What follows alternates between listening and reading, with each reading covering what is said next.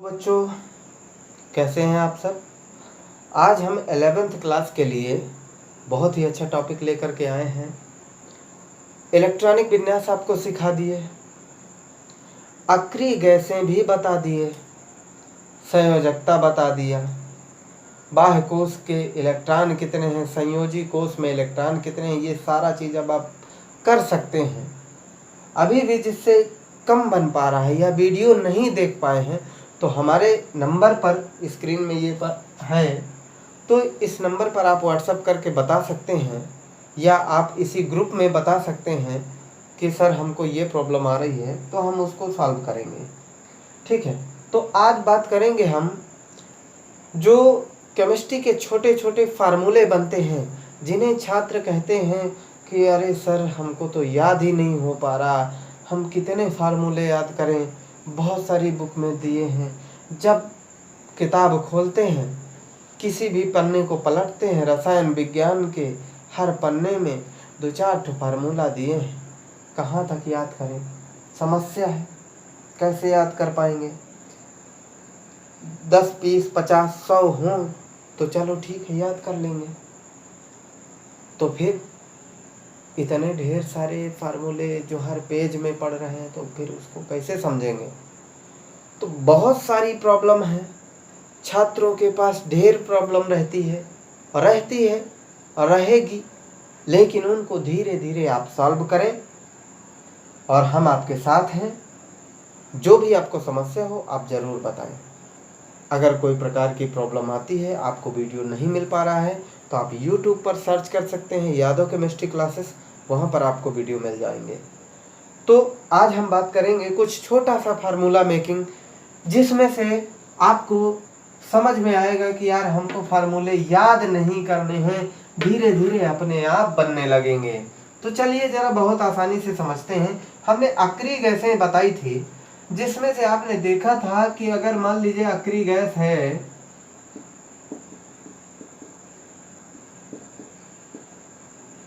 तो उसकी अंतिम कक्षा में 8 इलेक्ट्रॉन थे, इसलिए वो स्थायी था। एक बात मान के चलिए कि ऑक्टेट रूल कहता है कि जिसकी अंतिम कक्षा में 8 इलेक्ट्रॉन होते हैं, वो ना ही इलेक्ट्रॉन देता है ना ही इलेक्ट्रॉन को एक्सेप्ट करता है। तो ऐसे जो एलिमेंट मिले वो सारे स्थायी थे और अक्रिय गैसें हैं। वो सारे गैसेस फॉर्म में हैं और अक्रिय हैं, इनर्ट हैं, कोई भी क्रियाशील नहीं है, क्रिया नहीं करती हैं। तो जब पता लगाया गया कि कहे नहीं करती हैं, तो पता चला कि अंतिम कक्षा में इनकी 8 इलेक्ट्रॉन है, इसलिए नहीं करती। तो बाकी जो एलिमेंट है वो भाग दौड़ कर रहे हैं, वो चाहते हैं कि हमारी भी अंतिम कक्षा में 8 हो जाए और हम भी बढ़िया स्वतंत्रता से चुपचाप एक कोने में पड़े रहें, कोई काम ना पड़े। स्थायी बनना चाहते हैं। स्थायी बनने के लिए काम करना पड़ेगा, तत्वों को, इलेक्ट्रॉनों को ग्रहण करना पड़ेगा, या तो इलेक्ट्रॉनों का परित्याग करना पड़ेगा। तो देखिए यहाँ पर मान लीजिए आपके पास एक हाइड्रोजन एलिमेंट होता है, दूसरा हम नाइट्रोजन की बात कर लेते हैं। इनमें से अगर हम बड़ी आसानी से बात करें कि चलो इनके बीच में कैसा सूत्र बन सकता है, एक ही सूत्र बनेगा, 4-4, 5-5 प्रकार के नहीं बनते हैं, इसलिए बड़ी आसानी से समझ में आएगा। चलिए देखते हैं। नाइट्रोजन की जरा यहाँ पे दोनों की, जिनके बीच में हम सूत्र बनाने जा रहे हैं, उनकी चर्चा करते हैं जरा। हाइड्रोजन का चर्चा क्या करना है, 1 इलेक्ट्रॉन पहली कक्षा में भर गया। नाइट्रोजन को करेंगे तो 7 होते हैं, तो 2 किया और फिर 5 किया। ऐसा इलेक्ट्रॉनिक विन्यास आपको सिखा दिया गया है। अब इसको जरा इनकी हिस्ट्री समझ लो थोड़ा सा।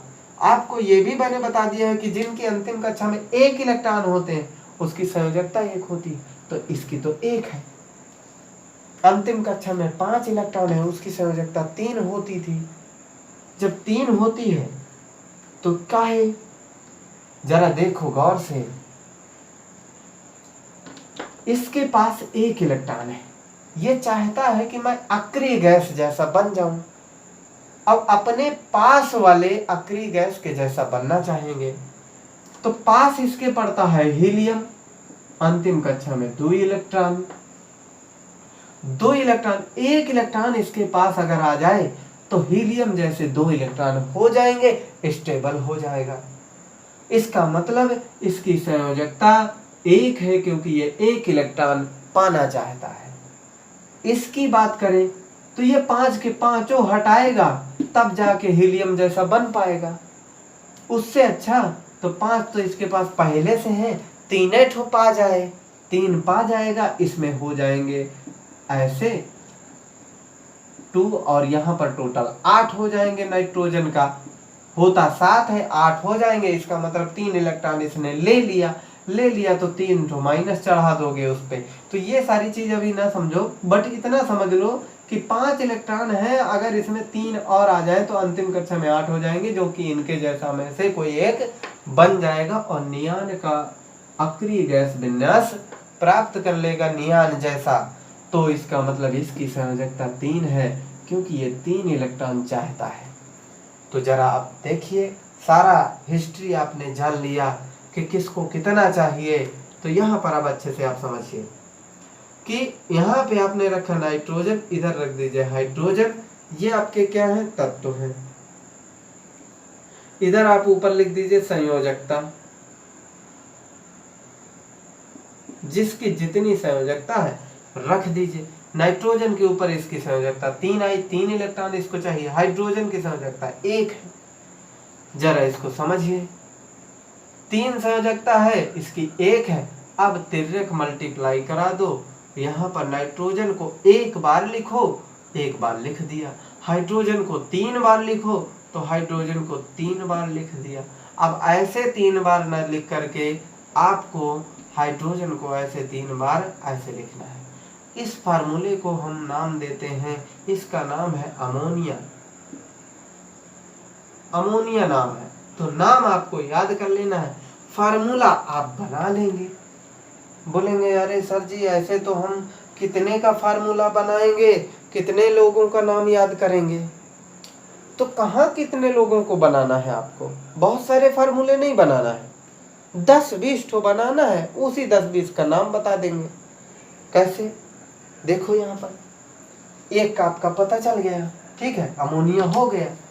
और देख लो, मान लीजिए आप कह दें कि हम हाइड्रोजन और ऑक्सीजन के बीच में सूत्र बनाना चाहते हैं, हाइड्रोजन और ऑक्सीजन के बीच में सूत्र बनाना चाहते हैं। तो आपको पता है कि हाइड्रोजन की संयोजकता 1 निकली है, इसको 1 इलेक्ट्रॉन चाहिए, 2 हो जाएंगे तो हीलियम जैसा बन जाएगा। 1 इलेक्ट्रॉन घट रहा है तो इसकी संयोजकता 1 है। ऑक्सीजन को देखो जरा, ऑक्सीजन के अंतिम कक्षा में 2 और 6 अंतिम में होता है, तो कितना चाहिए बताओ जरा, 2 इलेक्ट्रॉन चाहिए।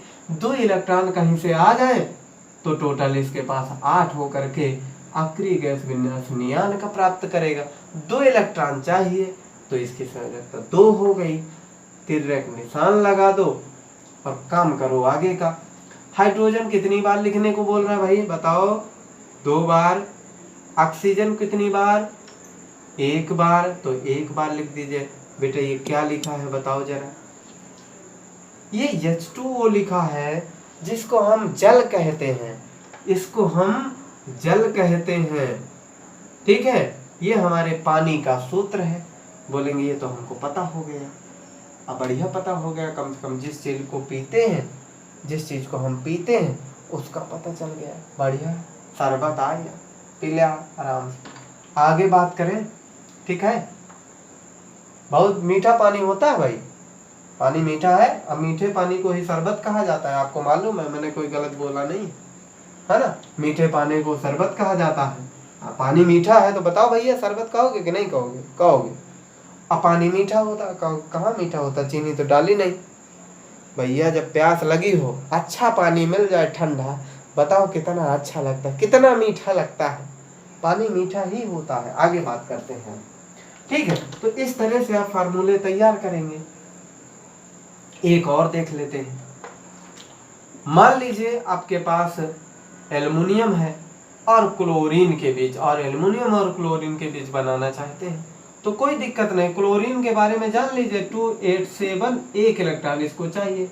बोलेंगे अरे सर जी इसकी तो अंतिम कक्षा 3रे नंबर की यहाँ पहले में 2 इलेक्ट्रॉन, दूसरे में 8 और तीसरे में 18 तक रहते हैं, बहुत सारे इलेक्ट्रॉन घट रहे हैं। बेटा अंतिम कक्षा में 8 इलेक्ट्रॉन से ज्यादा क्या 8 इलेक्ट्रॉन से ज्यादा नहीं हो सकते। बाहरी कक्षा में 8 इलेक्ट्रॉन से ज्यादा नहीं हो सकते। अभी ये इसकी ये वाली बाहरी कक्षा है, 8 से ज्यादा नहीं हो सकते। 1 इलेक्ट्रॉन घट रहा है, 1 इलेक्ट्रॉन घट रहा है। क्लोरीन की संयोजकता हो गई, जो इसकी वैलेंसी है 1 हो गई। अच्छा, कभी कभी आपने देखा होगा कि विज्ञान की किताब में इस तरह लिखा रहता है और उसमें माइनस चार्ज या प्लस चार्ज लगा रहता है। वो इसलिए बेटा कि जब ये क्लोरीन परमाणु को 1 इलेक्ट्रॉन घट रहा है तो ये किसी से लेगा, कर्जा लेगा। कर्जा माने ऋण लेगा, और ऋण लेगा तो क्लोरीन पर 1 माइनस का चार्ज लग जाएगा, क्योंकि इसने 1 इलेक्ट्रॉन लिया है। अभी आपने पिछले में देखा था कि ऑक्सीजन को 2 इलेक्ट्रॉन की जरूरत थी। ये देखिए यहाँ पर 2 और 6 ऐसा होता है, क्योंकि टोटल परमाणु क्रमांक इसका 8 होता है, तो इसको 2 इलेक्ट्रॉन चाहिए। इसीलिए ऑक्सीजन पर जब भी चार्ज लगेंगे तो 2 माइनस चार्ज लगेंगे, ऐसे ऑक्सीजन माइनस माइनस। अब इसको हम इस तरह से भी लिख सकते हैं और -2 भी लिख सकते हैं, ठीक है। तो ये ऑक्सीजन है, इस तरह से चार्ज लगेगा। जो इलेक्ट्रॉन को लेते हैं उनमें कर्जा चढ़ता है, जितना इलेक्ट्रॉन वो लेगा उतना उसमें माइनस चढ़ेगा, जितना इलेक्ट्रॉन वो देगा उतना उसमें प्लस चढ़ जाएगा, ठीक है। अब बात कर लेते हैं जरा इसके फार्मूले की। क्लोरीन ने आपने देख लिया कि 1 इलेक्ट्रॉन है। अब इसी तरह एल्युमिनियम को आप देख लीजिएगा, तो एल्युमिनियम में पाएंगे कि 2 और 8 और 3 आएगा, तो इसका मतलब है 13 इसका एटॉमिक नंबर है। अंतिम कक्षा में 3 इलेक्ट्रॉन है, ये तीनों चले जाएं तब जा करके ये इस तरह से बनेगा। स्थायी बाह्य कक्षा में अब कितने हैं, 8 इलेक्ट्रॉन है, वही होना चाहिए। अंतिम कक्षा में 8 होना चाहिए, 8 है। 3 इलेक्ट्रॉन इसने हटा दिया। लेना चाहता तो क्या होता, 5 इलेक्ट्रॉन लेने पड़ते, 5 और 3 8 हो पाते तब। तो 5 लेना पड़े, इससे बेटर है 3 दे दे। जब ये 3 दे देगा, फिलहाल यहाँ पर ऐसा है, सॉरी 3 है ना, ऐसा है, तो ये एल्युमिनियम जब 3 इलेक्ट्रॉन दे देगा किसी को, जब भैया दे देगा तो इसके पास कितना बचेगा, 2 और 8 बचेगा। जब ये दे देगा माने ये दे रहा है, ये क्या है, धनी है। जो व्यक्ति दानी होता है, धनी होता है, वही देता है। ये दे रहा है, ये धनी है। कितने धनी है, 3 धनी है। 3 ठो इलेक्ट्रॉन देता है, 3 ठो धन चार्ज बना देंगे। चाहे तो एल्युमिनियम के ऊपर +3 चार्ज लगा दें, चाहे एल्युमिनियम के ऊपर 3 प्लस चार्ज लगा दें, और चाहे एल्युमिनियम के पीछे प्लस प्लस प्लस कर देंगे। ये तीनों चीज में सबसे अच्छा तरीका है कि आप ऐसे लिखें या तो फिर ऐसे लिखें, ठीक है। किसी भी तरीके से लिखें, कोई गलत नहीं, कोई गलत नहीं, ठीक है। बात करते हैं, 3 इलेक्ट्रॉन इसको चाहिए, ठीक है। अब देखो यहाँ पर फार्मूला बना लो। क्लोरीन के 1 इलेक्ट्रॉन चाहिए तो संयोजकता 1 है, इसको 3 चाहिए, संयोजकता 3 है। 3 मल्टीप्लाई लगाओ, काम करो अपना काम से। एल्युमिनियम को 1 बार लिखो और क्लोरीन को 3 बार लिख दिया। ये हो गया आपका aluminium chloride, aluminium chloride, aluminium chloride हो गया। इसी तरीके से ढेर फार्मूले बनते हैं रसायन विज्ञान में, ढेर फार्मूले लिखे रहते हैं। टोटल आप जो भी फार्मूले देखेंगे पूरे बैलेंसी से संबंधित रहेंगे, सारे के सारे इसी तरह एक दूसरे से जुड़ते हैं, बिना संबंध के नहीं जुड़ते हैं। जिसका जो संयोजकता है उसी के आधार पे वो जुड़ जाता है। नेक्स्ट वीडियो में मैं और 2-4 फार्मूले आपको इसी से रिलेटेड बताऊंगा, फिर आगे हम बढ़ेंगे अपने आगे सब्जेक्ट की ओर, ठीक है। Thank you.